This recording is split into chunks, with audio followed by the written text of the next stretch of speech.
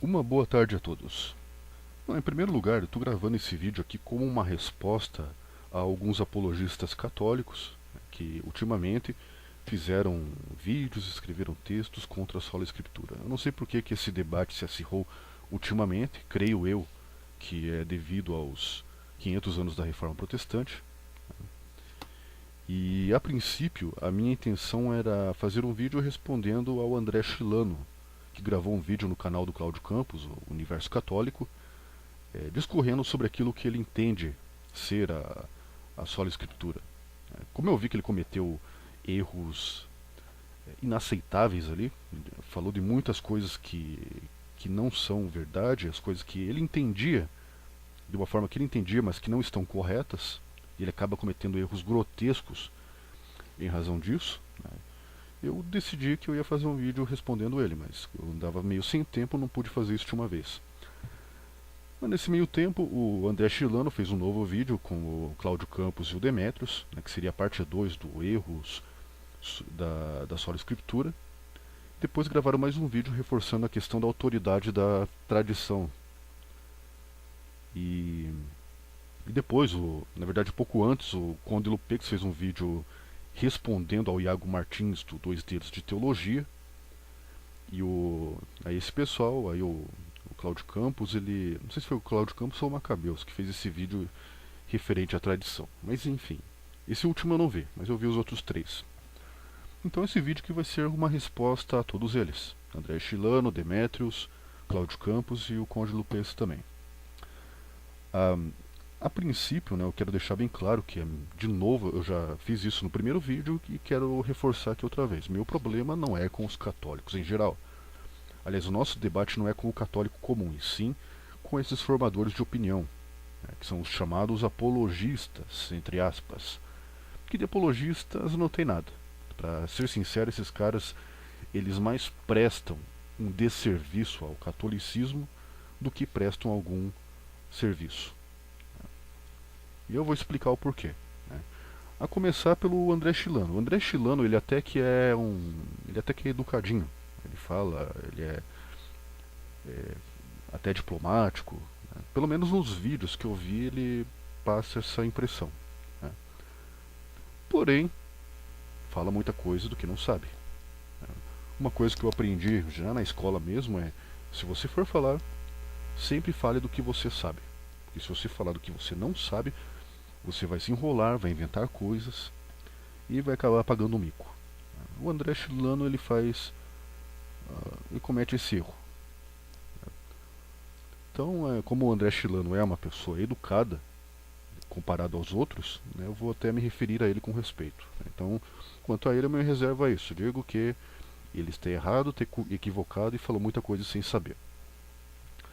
O Cláudio Campos a gente conhece, né, ele tem aquela aparência também de educação e diplomacia, né, mas passa dos limites, principalmente quando ele quer discorrer sobre algum assunto, né, como no caso do André Chilano, ele também não sabe. Eu já demonstrei isso no vídeo anterior, em que ele tenta atribuir aos protestantes um pensamento que não é nosso, né, em relação à questão de Maria. Né, ele fala que nós pensamos que Maria vai para o inferno, etc, etc. Eu demonstrei que ele foi absolutamente desonesto naquele vídeo. Bateu em um monte de espantalhos, criou um monte de doutrinas, quer dizer, criou um monte de argumentos imbecis e atribuiu esse pensamento a nós. Então o Campos ele é absolutamente desonesto. Isso é o que eu tenho a dizer em relação ao Campos. Em relação ao Demétrios e em relação ao Conde Lupex, eu até não sei se eu coloco os dois no mesmo nível. Eu não sei se o Lupex é pior do que o.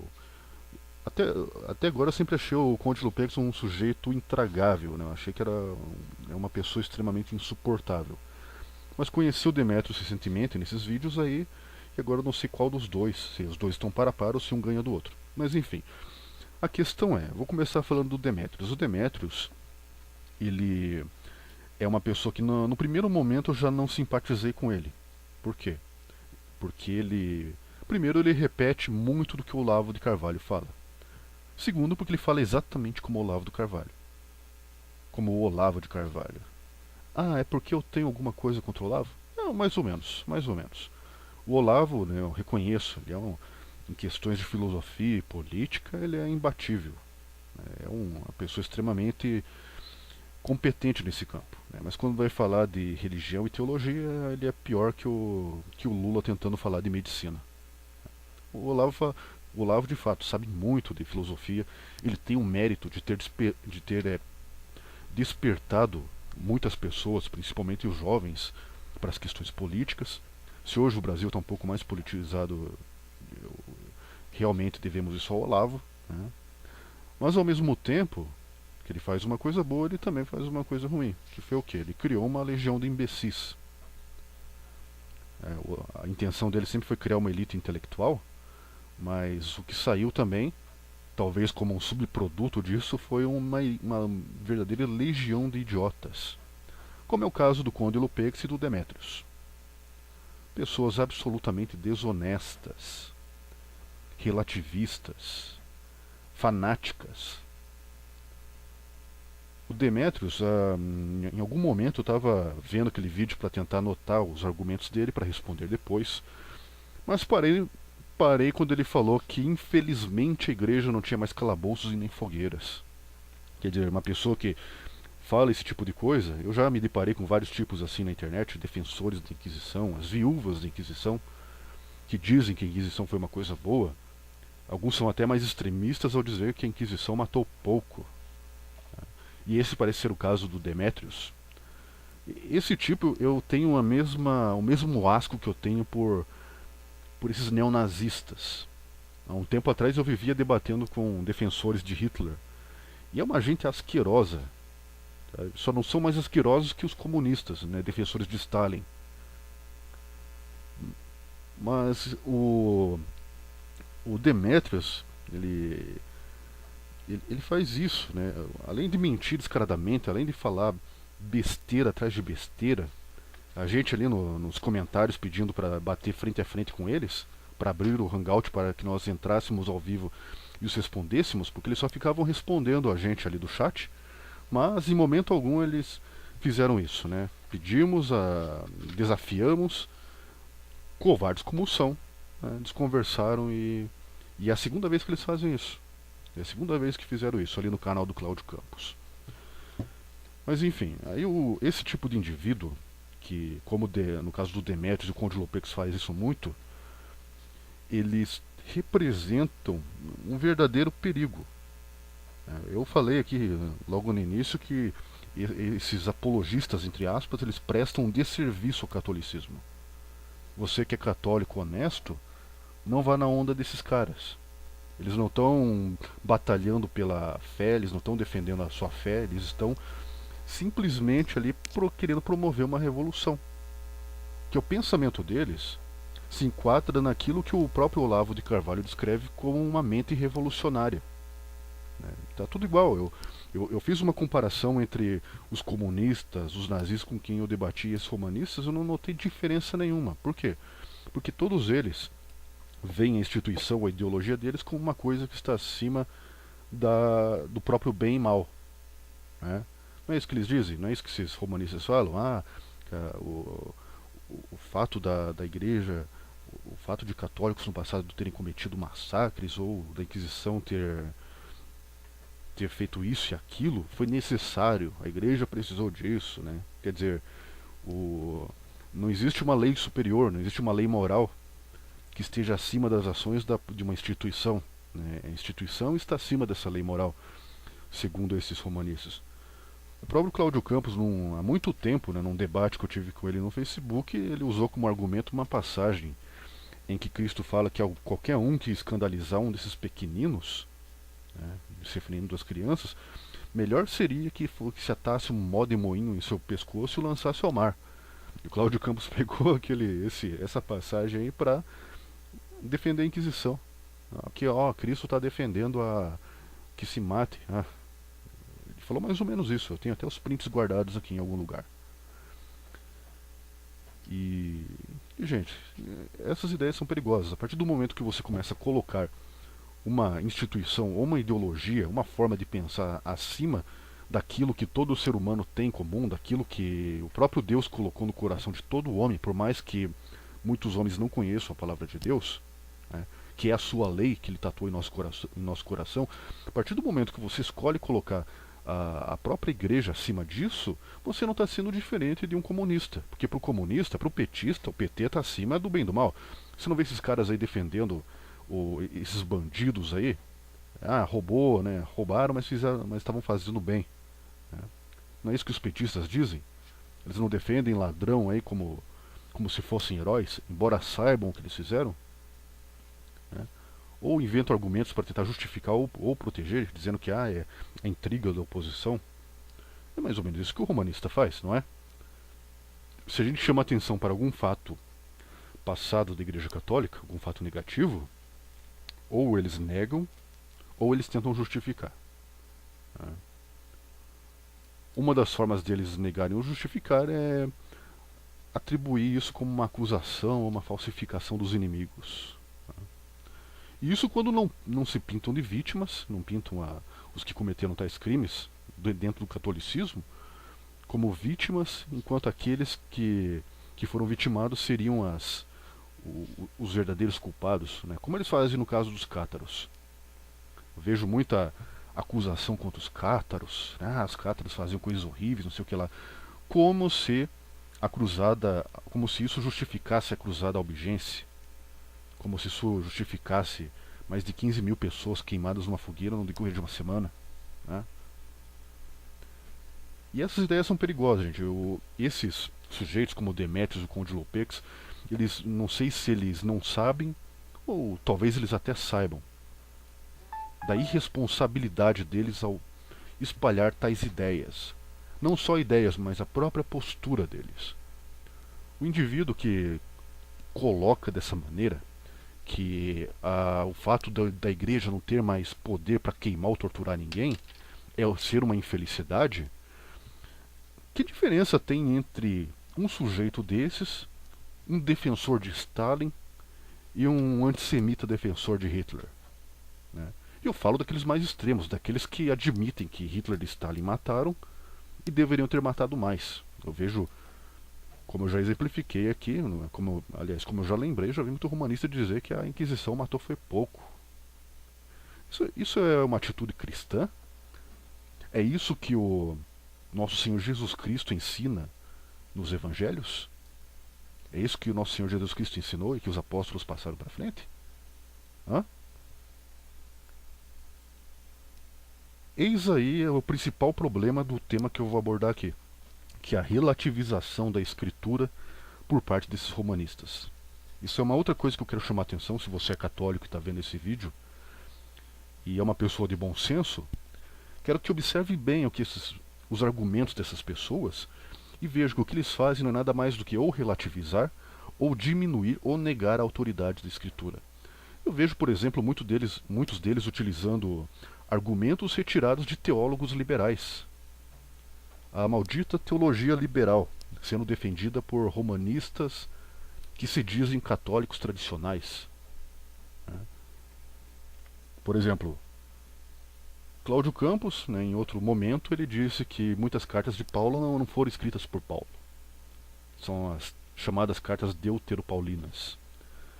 Pois bem, essa é uma posição, essa é uma hipótese que foi levantada por estudiosos da teologia liberal,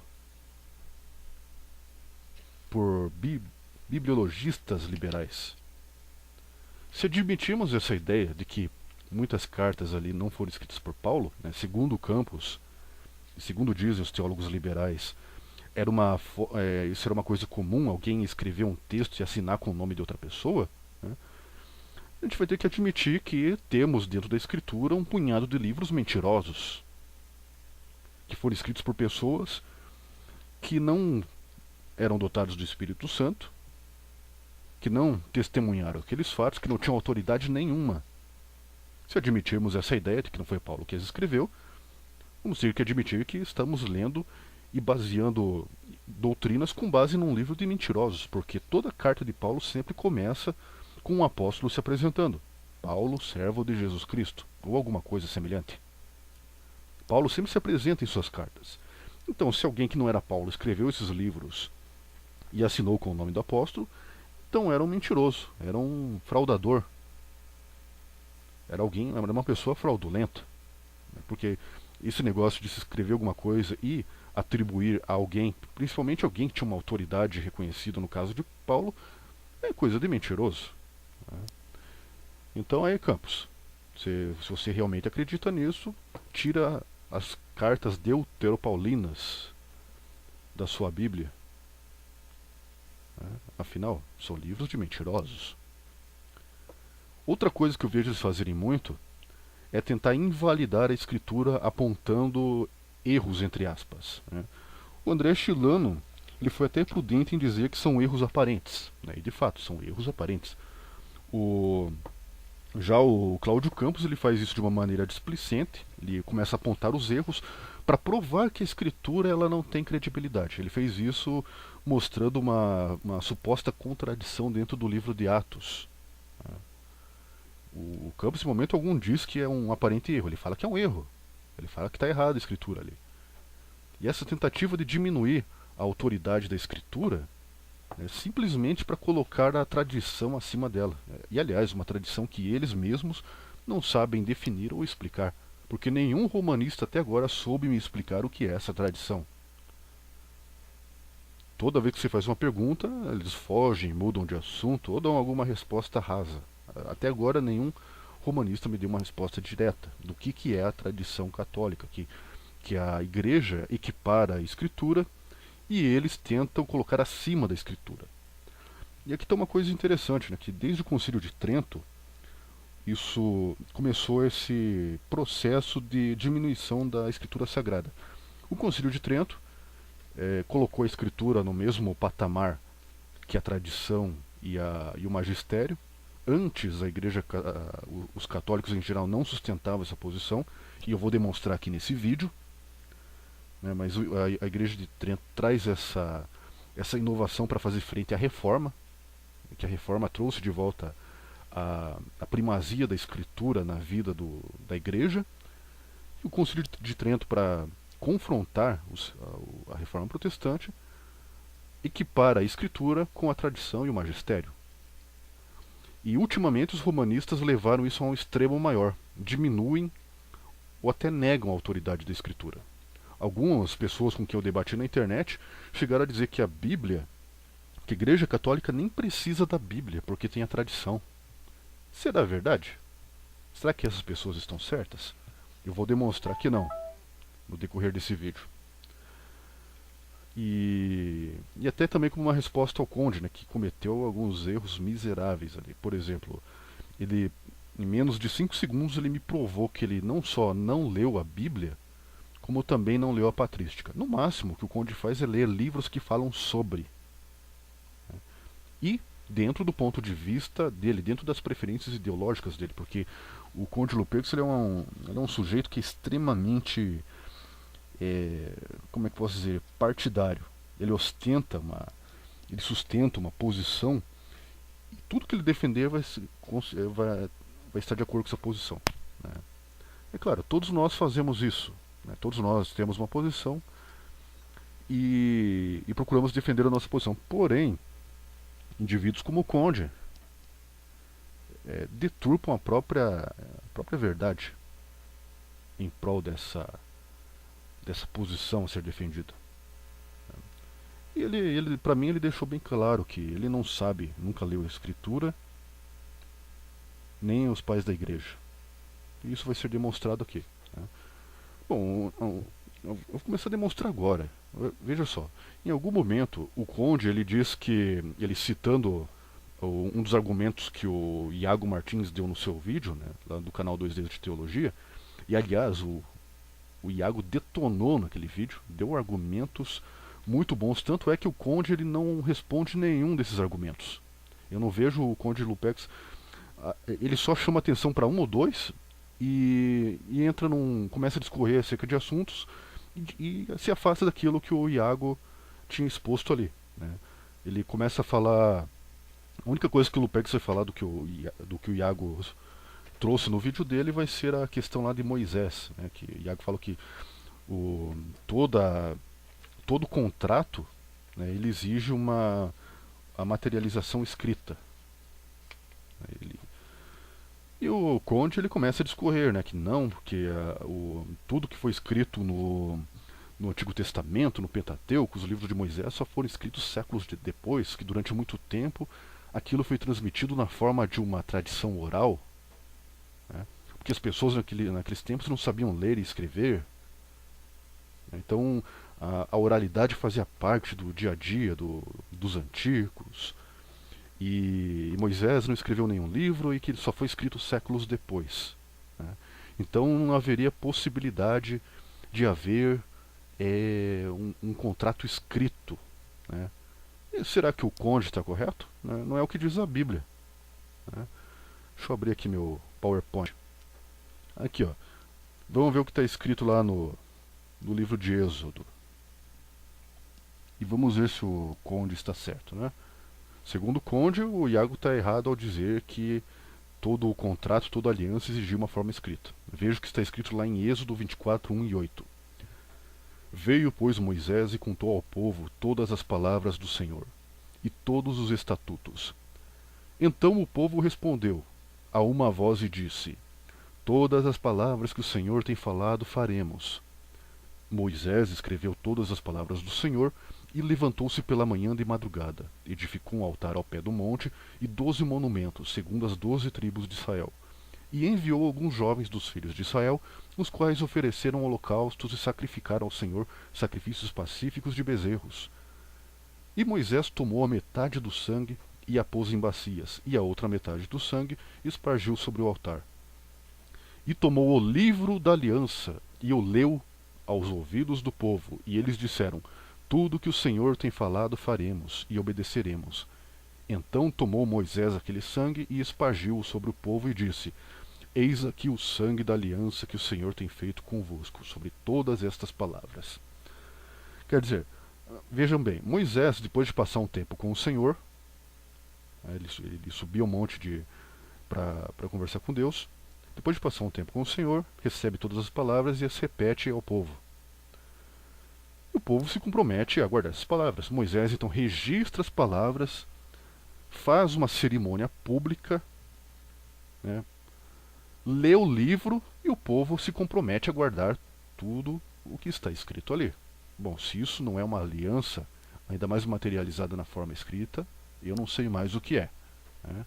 Mas não fica só por aí não, vamos ver aqui. Deuteronômio 31, 24 e 27. E aconteceu que, acabando Moisés de escrever num livro todas as palavras dessa lei, deu ordem aos levitas, que levavam a arca da aliança do Senhor, dizendo: Tomai esse livro da lei e ponde-o ao lado da arca da aliança do Senhor vosso Deus, para que ali esteja por testemunha contra ti. Porque conheço a tua rebelião e a tua dura cerviz. Eis que, vivendo eu ainda hoje convosco, rebeldes fostes contra o Senhor. E quanto mais depois da minha morte? Deuteronômio 31, 24 e 27. Aqui vemos Moisés já nos seus últimos dias de vida, escrevendo tudo o que recebeu de Deus, tudo o que recebeu do Senhor, e dando ordem aos levitas, que seriam os responsáveis pela guarda do tabernáculo, da Arca da Aliança, especialmente consagrados para o serviço ao Senhor, para que o deixasse ao lado da arca, que era, por assim dizer, a bandeira de Israel e o símbolo da presença de Deus, né? E por que Moisés fez isso? Por que ele registrou isso? Porque um dia esse povo iria se rebelar contra Deus. Se já faziam isso no tempo de Moisés, imaginem depois de sua morte.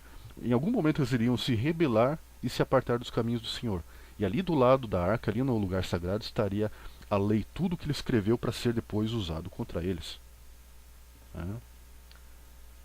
Ou para o bem ou para o mal, ou para que se arrependessem ou para que fossem condenados, né? Tá aí tudo registrado num livro, né? E esse mesmo livro ele vai ser lido no decorrer de toda a história de Israel. Então, se Moisés não escreveu um livro, se é tudo fruto de uma tradição que só séculos depois foi registrada, e aliás, isso aí é um argumento de liberais, né? Então, temos um erro aqui, né? Ou alguém vai ter que argumentar que esse livro que Moisés escreveu foi outro, né? E cair no erro de dizer que Jesus é um mentiroso. Jesus, debatendo com os fariseus, deixou bem claro: todavia, se de fato cresceis em Moisés, de igual modo haveríeis de crer em mim, pois foi a meu respeito que ele escreveu. Veja bem, aqui temos o próprio Cristo deixando claro que quem escreveu os livros atribuídos a Moisés foi o próprio Moisés. Então não foi fruto de uma tradição tardia. Para negar isso aqui, ou a gente vai ter que dizer que Jesus é um mentiroso, ou que João é um mentiroso e o Evangelho de João é um livro falso, né? Ou não sei mais o que. Ou o sujeito vai ter que ser humilde e reconhecer que errou. Né? E aí está o Conde, né, dizendo que é contra a Escritura, tentando relativizar a autoridade da Escritura, descrevendo-a como um mero objeto de uma tradição oral, um produto de uma tradição, e não um livro que foi escrito diretamente por Moisés, que foi uma testemunha ocular que ouviu as palavras do próprio Deus, um dos poucos homens que tiveram, aliás, o privilégio de ouvir do próprio Deus que Deus fala assim, em algum momento Deus fala assim com Moisés, né? Com você eu falo cara a cara, né? Não no sentido literal, não que Moisés estivesse vendo Deus, mas Deus falava com ele como se fossem velhos conhecidos. E esse falar com Deus, essa comunicação entre Moisés e Deus, ela não foi esporádica, não foi só um momento ou outro, não. Foi durante 80 anos. Quando Deus chamou Moisés para... Quer dizer, foi durante 40 anos, na verdade. Né? Porque quando Deus chamou Moisés para libertar o povo do Egito, ele já tinha 80 anos de idade. Ele passou 40 anos no Egito, depois fugiu do faraó, foi habitar no Monte Sinai, se tornou um pastor, e lá passou mais 40 anos. Né? Então ele já tinha ali cerca de uns 80 anos, mais ou menos, quando libertou o povo do Egito. E depois disso ele vai passar mais 40 anos com o povo no deserto. Então vão ser 40 anos ali que Moisés vai estar conversando cara a cara com Deus. Aí o Conde e companhia vão dizer que Moisés, o que ele escreveu no Gênesis, por exemplo, ele não presenciou, né, que eram histórias que foram passadas de geração em geração, né, fruto de uma tradição. Né? Então pode ser que Moisés, né, eu não nego isso, né, tenha coletado alguma informação de um lugar ou outro, né, das coisas que os hebreus conheciam de Deus, que aliás eram poucas, né? Mas qual que é a chance de Moisés não ter aprendido essas coisas com Deus também? Sendo que ele passava 40 anos nesse relacionamento pessoal com Deus. Hã? Ou melhor, na Bíblia mesmo, tem um relato de que ele passou 40 dias, duas vezes isso acontece, que ele fica 40 dias e 40 noites sem comer e beber na presença de Deus. Tanto que no primeiro momento, né, foi quando ele recebeu as tábuas da lei, e que o povo lá embaixo do monte já estava adorando um bezerro de ouro, né? Ele já passou 40 dias ali com Deus. Tanto que o povo achou que Moisés morreu lá em cima.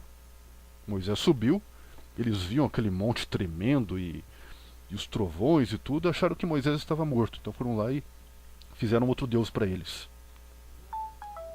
Em outro momento mais à frente vai acontecer a mesma coisa. Moisés passa 40 dias e 40 noites na presença de Deus. Né? Então Moisés e Deus tiveram muita coisa para conversar ali nesse meio tempo. Mas não foram só essas ocasiões. Como eu disse, Moisés passou 40 anos na presença de Deus.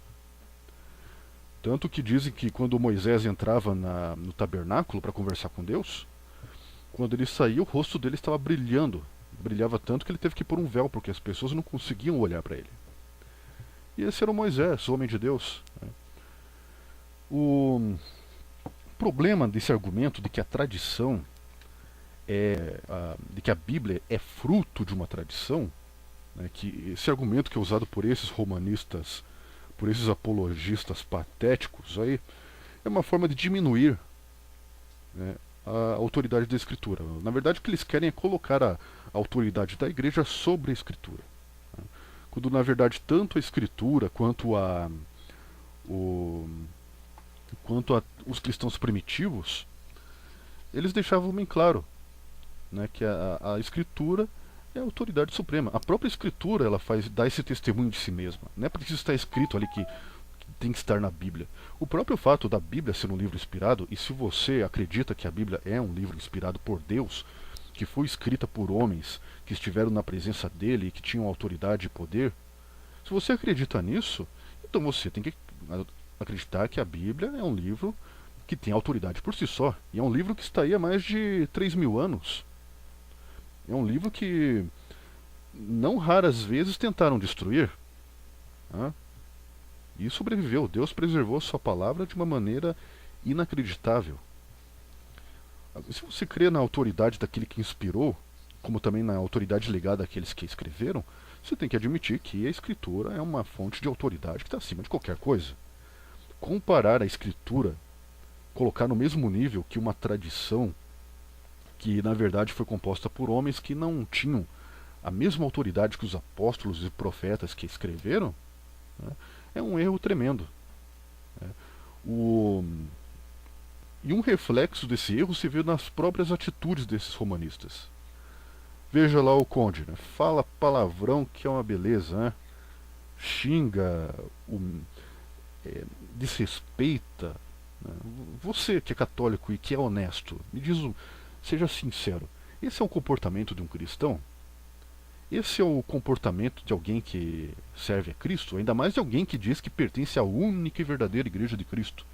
Esse é um comportamento digno de alguém que se propõe a ser um servo de Cristo, ainda mais um defensor da fé? Né? Porque a Bíblia, ela exalta, aliás, ela exorta claramente que tenhamos cuidado tanto com o nosso falar quanto com o nosso agir. Porque estamos cercados de uma grande nuvem de testemunhas. Nós, não sei se os católicos têm esse conceito, mas no protestantismo nós temos o conceito do testemunho, de que nós somos testemunhas de Cristo, nós somos espelhos de Cristo. Nós mostramos com a nossa vida, através do nosso falar e do nosso agir, o nosso Senhor. Se nós descuidamos do nosso testemunho, com essas atitudes vis, os descrentes, eles vão julgar aquilo que nós professamos. Eles vão condenar a nossa fé com base naquilo que eles veem em nós. Aí não adianta você falar, mas não é a igreja, não é o que a igreja ensina, não sei o que lá.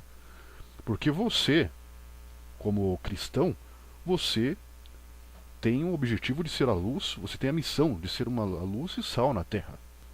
Então o que você faz aqui, os descrentes vão ver e vão relevar.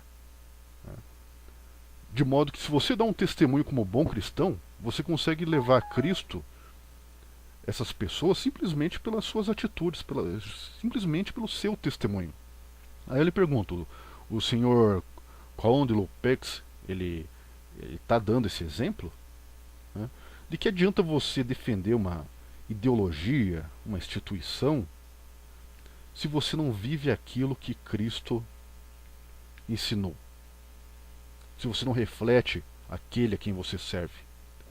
Ou você serve a Cristo, ou você serve a uma instituição. Se em nome de uma instituição você diminui a palavra de Deus, aumenta, coloca no altar, na coluna, um conceito que favorece a instituição e não o reino de Deus, e não aquilo que foi ensinado pelo nosso Senhor, e com essa liberdade que você tem, de acordo com essa instituição, e não com aquilo que foi ensinado pelo nosso Senhor, você se comporta de uma maneira tão indigna, né, que é atacando, que é falando todo tipo de besteira que não vale a pena nem repetir. Basta ver um vídeo do Conde, ver como é um sujeito extremamente desbocado, sem contar que é mentiroso, arrogante, né, asqueroso. Eu confesso, eu tenho um asco do Conde. Eu não vou e nunca irei com a cara dele, né? A menos que ele mude, né? Deus, né? Deus pode todas as coisas. Mas enfim, continuando aqui, né? O Conde também fala que que o testemunho dos patrísticos, né, dos cristãos primitivos, deixava bem claro que a Bíblia não era a única regra de fé. Quer dizer, que não era o único texto que, que era dotado de autoridade. Será? Eu fiz aqui separei aqui uma coletânea de citações dos pais da igreja, mas são tantas, tantas, tantas, que até para colocar nesse slide aqui, é, nossa, deu mais de 80 slides, se eu não me engano. Vamos começar aqui, por exemplo, com Justino Mártir.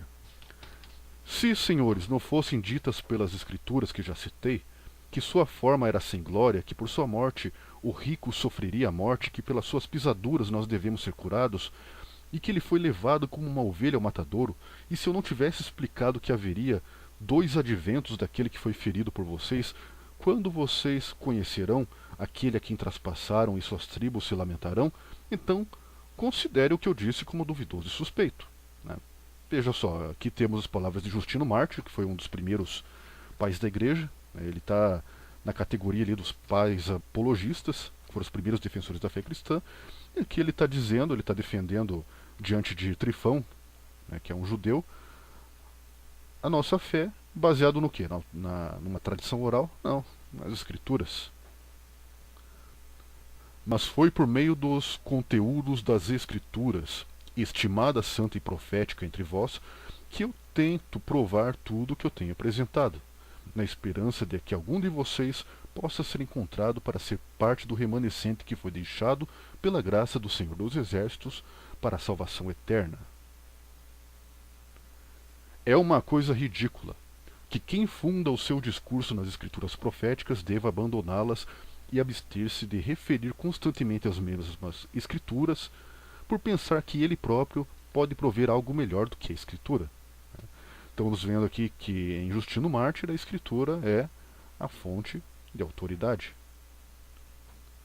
Se eu me comprometo a provar isso por doutrinas ou argumentos humanos, você não deve concordar comigo, mas sim se eu citar com frequência as escrituras e pedir-lhe para compreendê-las.